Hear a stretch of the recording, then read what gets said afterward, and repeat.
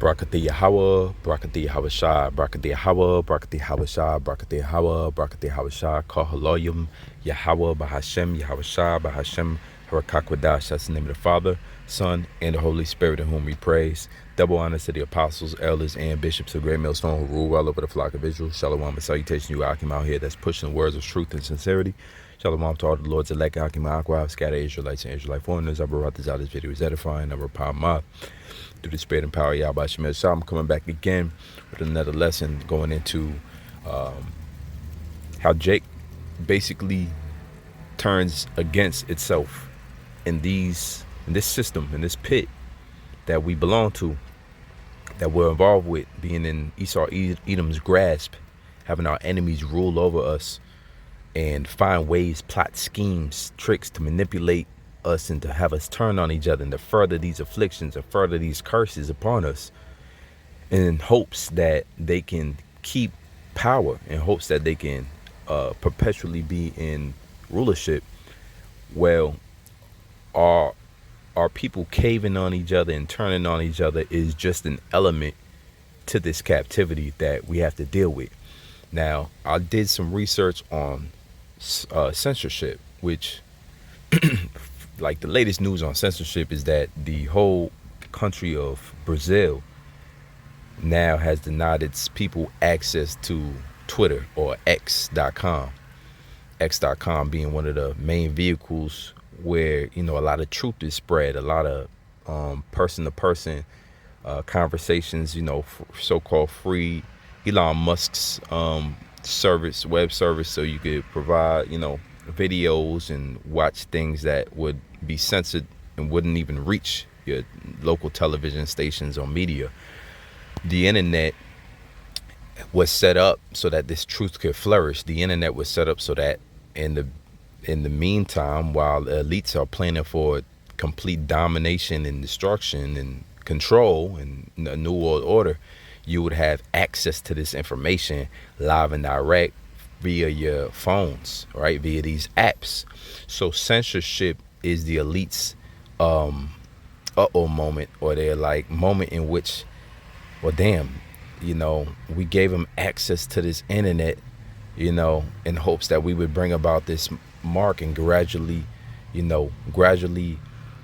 cause them to turn into depend on digital things. And so this access would make it easier for them to take this mark eventually. But now it's turned on us because all the whistleblowers can convene. They got a platform now. Everybody has a platform to expose and whistleblow our plans. And there's not enough false information that we could pump into the internet that would cause the real true information not to seep through, like light shining on darkness. So the masses of the people now are engaged daily in truth, and even coming across truth for a second, it can change the mindset. It doesn't take much. Once you heard, let's say, the names of Yahweh, Bahashem, Yahweh Shah, a portion of you already was convicted, like, oh no, that's the names, and it only took for you to hear. You didn't have to fly down, travel down. You didn't send no money in. You didn't have to decode. You didn't have to go to some relics and some ancient. No, they were men on the street corners teaching the words of the Lord to you.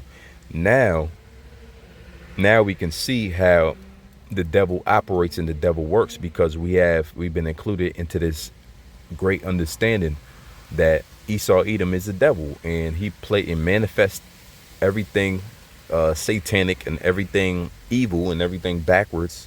He manifests and operates it, and he has the power to condition the minds of these people to do wickedness, believe in evil and lies, and everything contradictory to the scriptures is basically promoted through Esau Edom's system and his money and his control over the minds of people, his governments. And so this is how prophecy is set up. Esau Edom has the ability and the time now, the season for him to operate in is right now. And this is why the world is circling the drain, right? The economy is circling the drain. Your dollar is way inflated now. The morality of the people is circling the drain. You can't rely on the old systems of government because everybody's paid off. So everything's circling the drain. So you can see that Esau's world is crumbling in front of him, especially with this internet exposing who he is every day.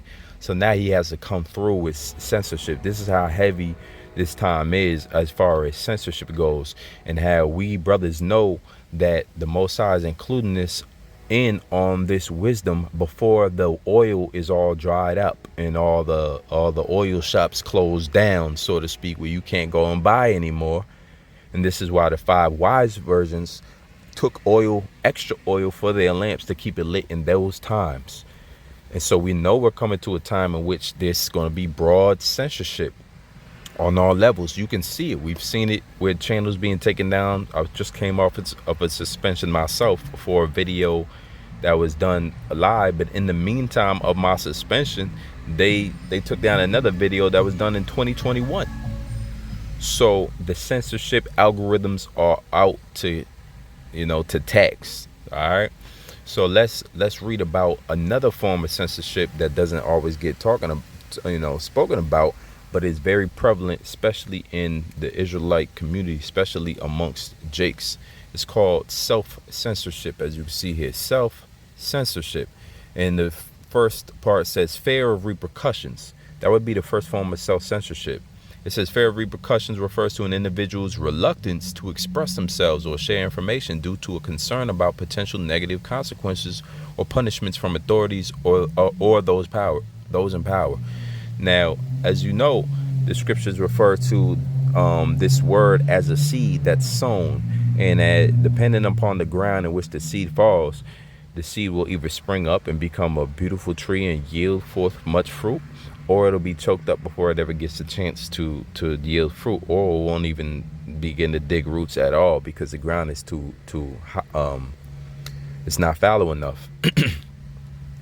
So one of the I believe it's the seed that grew up by stony ground, eventually, or thorny ground, eventually that seed, the cares of this life and, let's say, repercussions, and it speaks specifically about this person who took the seed in, who took this word in, right, who began to grow, but then afflictions from the world came and caused him to get torn out.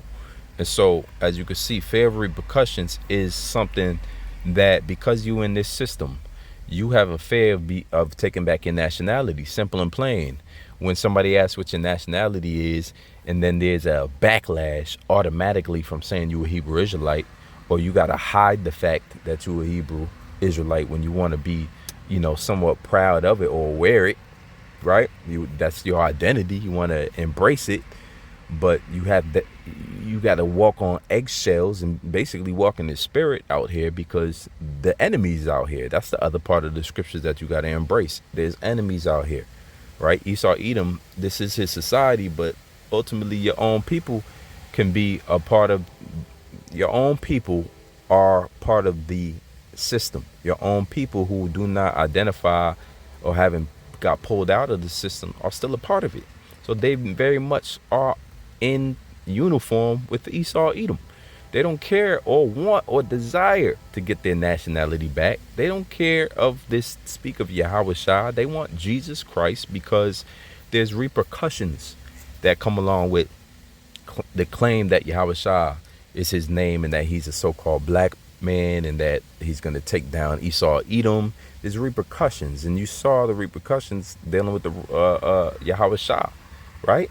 He came to basically bring this word of truth and light to the world, and expose the darkness and the evil that was happening, and be the cause for salvation for those that believe on him. Yet he was crucified. Yet they yelled, "Crucify him." Yet they hated him and sought to kill him and trip him up.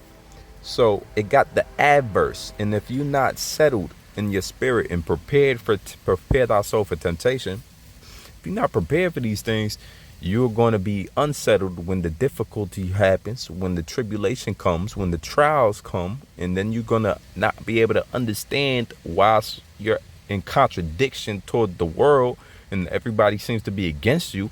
And then you're going to think, well, the problem really is my worldview. Let me change that so that people will embrace me again. See, the error is thinking that the world embracing you means that the Lord loves you, or that he's the world embracing you is the kingdom, or the world embracing you, or Edomites embracing you, or your enemies embrace means that you're doing something right, when it's complete. It couldn't be farther than the truth. So you got the fear of repercussions, self-censorship. You see what it says there.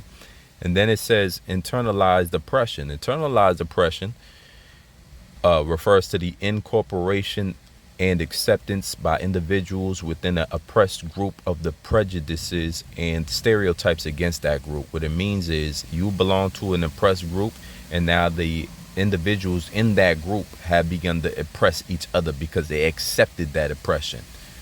It's real. It says this can lead to self-devaluation and perpetuation of the oppression from within.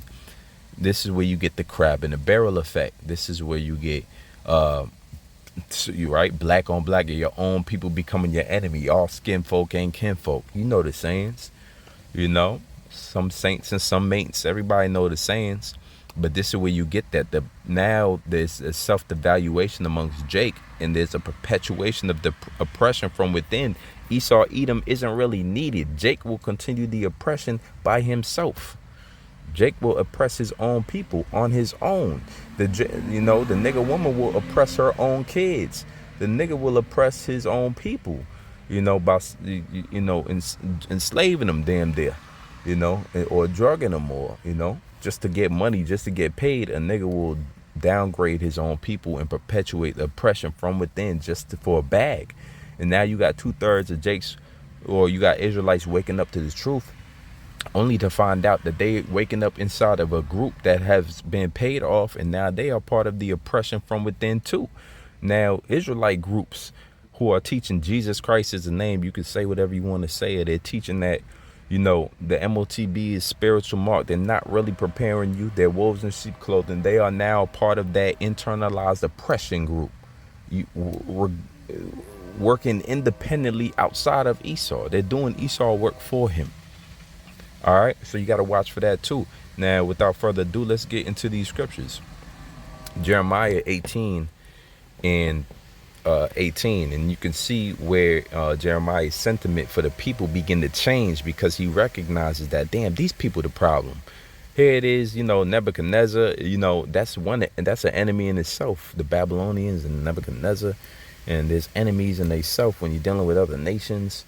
But now my own people have become an enemy. It says, and I'm going to read through in the KJV and then point things out in the NLT. It says, then said they, come and let us devise devices against Jeremiah. For the law shall not perish from the priest, nor counsel from the wise, nor the word from the prophet. Come and let us smite him with the tongue, and let us not give heed to any of his words. So you're right, NLT. Let's spread rumors about him and ignore what he says. And this is them plotting against Jeremiah, the prophet. They said they got many other priests and prophets. We don't need Jeremiah. All right, that's his own people saying that. It goes on to say, give heed to me, O Lord, and hearken to the voice of them that contend with me. So the Lord's talking Jeremiah is talking directly to the Lord now. Shall evil be recompensed for good? For they have digged a pit for my soul. Remember that I stood before thee to speak good for them and to turn away thy wrath from them. He said, look, I pleaded for them and tried to protect them. And here they go now. Look how they switched up on me. Therefore deliver up their children to the famine, and pour out their blood by the force of the sword, and let their wives be bereaved of their children and be widows, and let their men be put to death. Let their young men be slain by the sword in battle. It says, let a cry be heard from their houses when thou shalt bring a troop suddenly upon them, for they have digged a pit for me and take me to take me, and hid snares for my feet. Yet Lord, thou knowest all the counsel against me to slay me. Forgive not their iniquity, neither blot out their sin from thy sight. So Jeremiah is straightway putting a curse on 2/3 of his own people here because they don't hear, they won't listen, they disregard, they're being niggas. And now you can see the sentiment that the Lord has towards Jeremiah is that, yo, you're doing my work and you're doing what you're supposed to be doing. I'm gonna keep this. I'm gonna hear your cry. I'm gonna destroy them. I'm gonna deal with them because you're upholding my will, right? By doing my counsel and saying my words for me. So I'm gonna back you. It says, yet, Lord, thou knowest all their counsel against me to slay me. Forgive not their iniquity, neither blot out their sin from thy sight, but let them be overthrown before thee. Deal thus with them in in the time of thine anger. So Jeremiah straightway put a curse on the 2/3, man. You plotting against the Lord's men, you gonna die. You come up against the Lord's men in any way, thought, deed, action, you're going to die. You start to teach false principles and doctrines, which is basically coming up against the Lord's men in a very passive way, you're going to die for that, man. The Most High going to judge you for that. All of this internal oppression, right? What it says, internalized oppression, or all of this fear of repercussions. You know, Jake took the bag and now he's scared to speak up against for, you know, who he took the bag from. That's your problem, nigga. You took a bag and you don't want to, you worried about what those in power gonna do to you because you took the bag. That's your problem, nigga. You gonna die regardless, right? You might as well just off yourself with, you know, that's what Judas did when he realized he done effed up. So this internalized oppressions, this self-devaluation, and is all gonna stop. This is Psalms 69:16. Hear me, O Lord, for thy loving kindness is good. Turn unto me according to the multitudes of thy tender mercies, and hide not thy face from thy servant, for I am in trouble. Hear me speedily. Let's see how he is in trouble here. And this is David speaking. Draw nigh unto my soul and redeem it. Deliver me because of mine enemies. Thou hast known my reproach and my shame and my dishonor. Mine adversaries are all before thee. So the Lord knows. It says, reproach hath broken my heart, and I am of full heaviness. And I looked for some to take pity, but there was none, and for comforters, but I found none. So when you're feeling all alone sometimes, just understand David's been there. You know, your brothers have dealt with the same situations. Nothing new under the sun. Be comforted in that thought. It says, they gave me also gall for my meat, and in thy thirst, my thirst, they gave me vinegar to drink. Let their table, here's where David becomes the prey now for the downfall of his own enemies and for the downfall of those that rose up against him, even those of his own kind. It says, let their table become a snare before them, and that which they have been for their welfare, that which should have been for their welfare, let it become a trap. NLT, let the bountiful table set before them become a snare, and their prosperity become a trap. So let them all die in their prosperity. It says, let their eyes be darkened that they see not, and make their loins continually shake. That's out of, diseases and even fear. It says, pour out thine indignation upon them, and let thy wrathful anger take hold of them. And this is why we continue to pray for the downfall and destruction and shapatyam and judgments and right, killings upon our enemies, right? Because we come from a land and a people in a culture where there was such thing as a righteous kill, even of a child. If the child was incapable of being raised and reared up, if he had some said demons on him, that a destructive demon, that he was destructive to his own family line and his household, well, that child would be slayed, man, by the people in the town. It wasn't just something that happened and you heard about it in the news. No, it was, you were all aware of it. All right. It says, pour out thine indignation upon them, and thy wrathful anger take hold of them. Let their habitation be desolate, and none dwell in their tents. For they persecuted him whom thou hast smitten, and they talk to the grief of those to whom thou hast wounded. All right, it says, add iniquity to their iniquity, and let them not come into thy righteousness. NLT says, pile up their sins up high and don't let them go free. It says, let them be blotted out of the book of the living. And that's powerful, man. Because when you blot it out of the book of living or the book of life, it says here, erase their names from the book of life. When you do that, they cannot have received salvation, man. So a lot of people, you got to realize when you messing with the Hebrew Israelites and the Heavenly Father, your best bet, your best belief in your prayer is that the Heavenly Father don't hear our prayers, because we damn sure gonna send up curses upon you. We damn sure gonna ask the Lord to judge you and send killings and death your way. We are in the valley of the shadow of death. We walk in it daily, so it's nothing for a car to just veer off course and come straight for you. It's nothing for one of these coyotes, all right, to come up out of them forests near your house and then attack you or your beloved family member. So you see, don't mess with the Lord's righteous. You know, so David specifically asked them to be taken, erase their names from the book of life, man. You know, so that you have to go through the fire. You have to be judged in this time. And those very same men is going to be judged in this time. In this reincarnation, they're back again. Those same men doing the same thing they were doing, chastising the elect, punishing the elect, right? Trying to find ways to destroy the elect. Well, they're going to be punished again. Now, this punishment is going to come to pass when they get caught up in this Third World War. It says, not be written with the righteous. All right, so you can't come in now. Now you subjected to your penalties. Isaiah 51:17, awake, awake, stand up, O Lord, O Jerusalem, which has drunk at the hand of the Lord the cup of his fury. Thou hast drunken the dregs of the cup of trembling and wrung them out. And this is a people who are destroyed. This is a people who are all lost. These are all people, man. And so when you talk about internalized oppression, this is something very real with the people, because they have a self-devaluation going on. Those are the forms of what comes out of internalized oppression. You being oppressed for so long, and all the stereotypes amongst us, you begin to accept those stereotypes, and now you are a part of the oppression from within.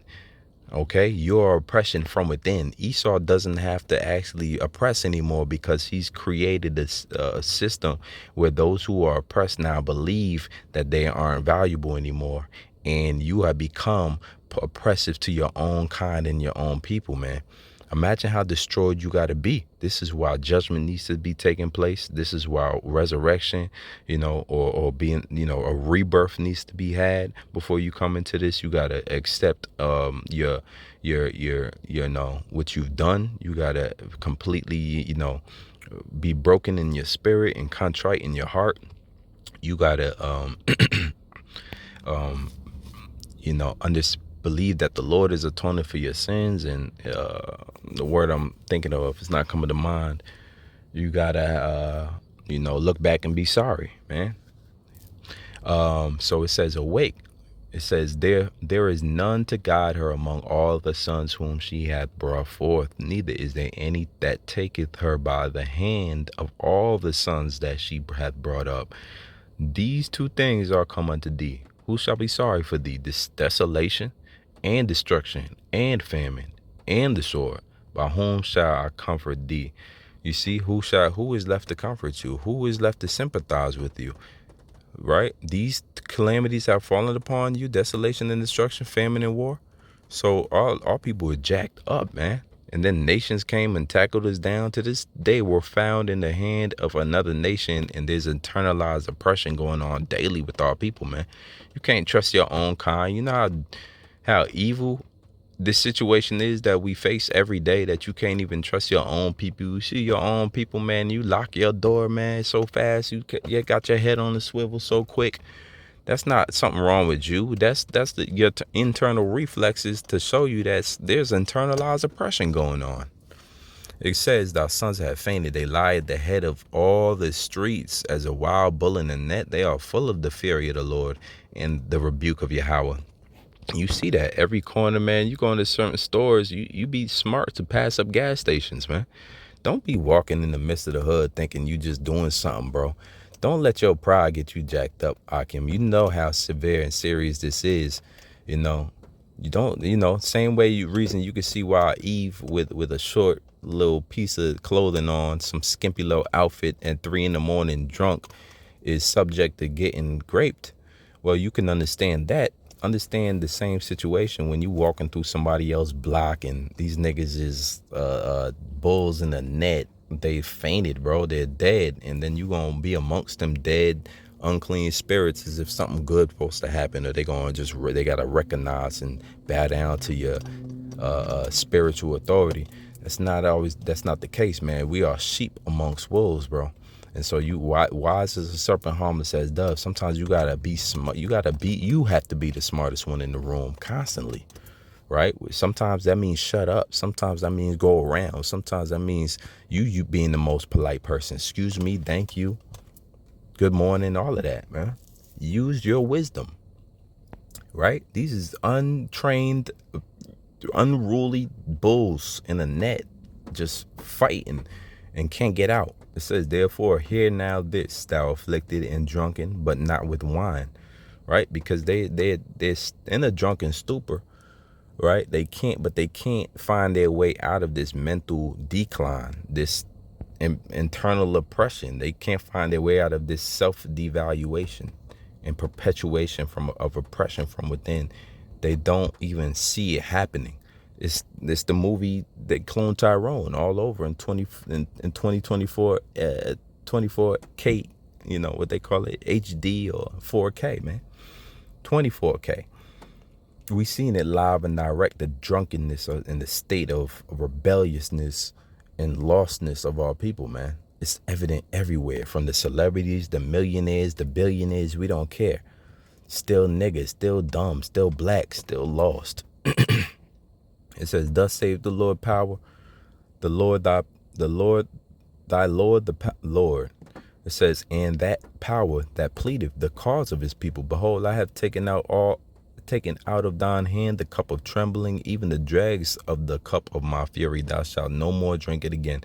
So what the Lord, it says, our power and the defender, NLT, what he's going to do is remove this cup of his fury from us so we don't have to drink of it, man. He's going to stop this confusion. He's going to completely turn off. But the way he's going to do it is by judging the 2/3. He's going to destroy them. But the ones that believed, he has safety for them. The ones that believed, he has a solitude. He has refuge for us. He has protection for us. He's going to include us in his salvation. It says, but I will put it into the hand of them that afflict thee. You see that? You see how it's going to go from the judgment and the cursings and the killings? It's going to go from one people to the next, just like that. The sequence is, it's a spiritual cup, if you will, that the Lord has our enemies now to drink, and we stop drinking. Well, if you're not drinking, you can't get drunk. So if you put the cup down, now you sober. And the sobriety that the Lord's going to give us is being a part of his lot, being a part of his team. Now, not being drunk no more. You're not the drunk guy at the party no more. Most are dealing with us as sons now. And so he reviving us. Even this calling that we're a part of right now, this is the part of the revival of the nation of Israel. You have to see it for what it is. This is the comeback. This is it. Not the ones that you seen in the 70s. Yeah, once upon a time, yeah, Black Panther, they remind me of the Panthers. Nah, this ain't that.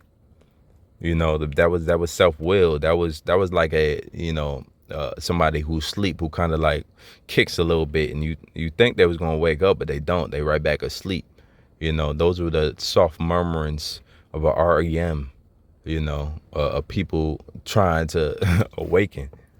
But now the real true enlightenment and desire for salvation is back. The desire to be free from our enemies is back in righteousness, because it's through the power, spirit and power of Yahweh Bashim Yahushua. We're free with the spirit, and through the spirit and truth of the scriptures, we're free from the spirit of life, with the spirit of life in us, man. Right? We're on board with the calling now. We've received the calling, and now we're doing what we need to do, using diligence to make our calling election sure. finish out, but I will put it in thine hand of them that afflict thee, which have said to thy soul, bow down, that we may go over. And thou hast laid thy body as the ground and as a street to them that went over. So, laid down and we're destroyed, but the Lord's going to rise us up. So I brought this out. This video was edifying. Until next time, Shalom.